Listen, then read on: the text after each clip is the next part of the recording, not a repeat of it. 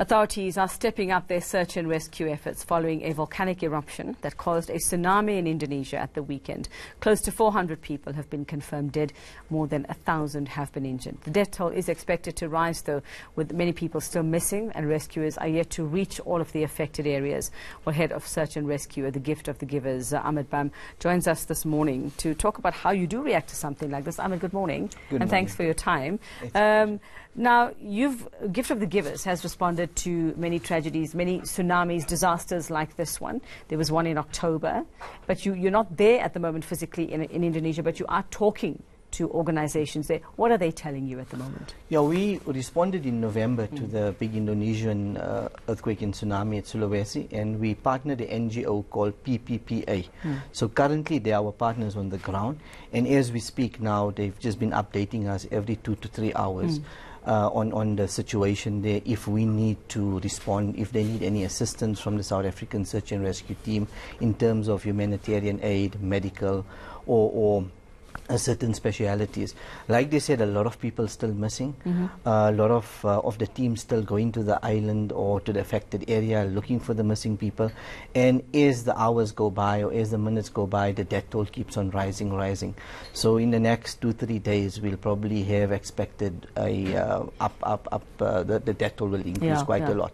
While we were there as well in November, we left a lot of extra medical supplies, and we left some food supplies as well, which is already been distributed to the affected areas. So PPPA is a medical humanitarian service, not really much search and rescue, more humanitarian medical, and they've been on the ground already distributing the aid. So in your experience and having been to other disasters, I mean, the aftermath of this, what comes with that? I mean, yes, you talk about immediate food, water, those kinds of things. When we look at sickness or disease and things like that, what are the other things that come, the other things that we sort of only think about as we see the first patient come in? No, I mean, a lot of times during these disasters, I mean, a lot of people are chronic, a lot of patients are chronic, so you have them that they're not getting the chronic medication.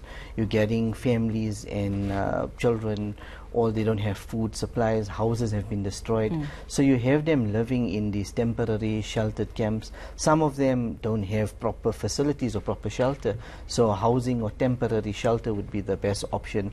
Access to healthcare, food, all of that is very important, because as time goes on, I mean, diseases are born in all of these disaster zones as well. And that's what you worry about. Also, a lot of the injuries, if a lot of the patients don't get the treatment immediately, those wounds in it inflicted from the disasters become septic, and then it prolongs, and the condition really becomes bad. Okay, well, having done work in Indonesia and having responded to tragedies like this and disasters in Indonesia, I mean, in your experience, does the government react well enough? Does it, the help that comes in, not just the government, but help from all over the world? Or are we lacking in some way, especially when we know that Indonesia is prone to disasters? Yeah, I mean, that whole ring of fire, I mean, everyone knows it's quite prone to those disasters. And yeah, look, the political side of things it's always lacking, I'd say. Look, going back to the November, I mean, it was a massive earthquake, tsunami.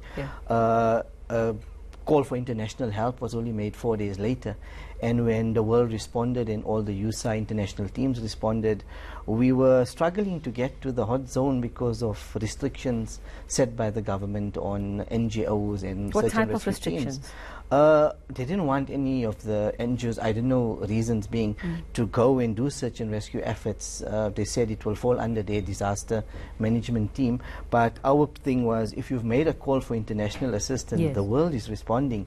I mean, a lot of teams were there but could not reach the hot zone. So, yeah, that just plays a bad part in it, because, I mean, you've got this whole teams responding from all around the world.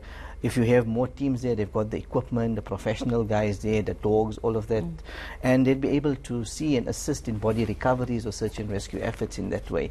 But yeah, some countries, we do have the challenges where there is restrictions. We don't know for what reasons is the restrictions, and obviously when teams respond, we fall under their disaster zones, which is not a problem. But the last one we responded to, Indonesia, had a lot of challenges. We were fortunate to be one of the 2 teams to actually make it to the disaster disaster zones. And when we arrived in Palu, at the airport, they asked, how did you guys come here? Because we've restricted all international teams. And we say, well, we're here, we need to assist. We know Imtiaz Suleiman. I know Imtiaz Suleiman can get things done. I remember flying with him. Just quick on that also is we were blocked on search and rescue most of the time, but then we focused on medical and humanitarian aid, which assisted there. So you are dealing, you are taking help, you are sending help from here, you're sending things. South Africans who want to contribute, is there any way that we can? Yeah, they can contribute. They can visit the website, www.giftofthegivers.org, and contribute towards the Indonesian Would it be, disaster. are you looking, is it money? Are we looking for supplies? What are you looking for money-wise? The reason being is Indonesia has so much islands, and basically the capital, Jakarta, you find all the medical equipment, all the food supplies, and by sending the funds, we can send the funds rather instead of sending food all the way. Okay. So we benefit it makes it more easier that way. Okay, well, let's pray that there isn't another one that comes, because they are expecting a second one. But thank you for your time. They do, I think, yeah. Thanks, it's a pleasure. Thanks very much. And Gift of the Givers helping. They're on the ground at the moment, but they have partnered with other agencies on the ground there in Indonesia.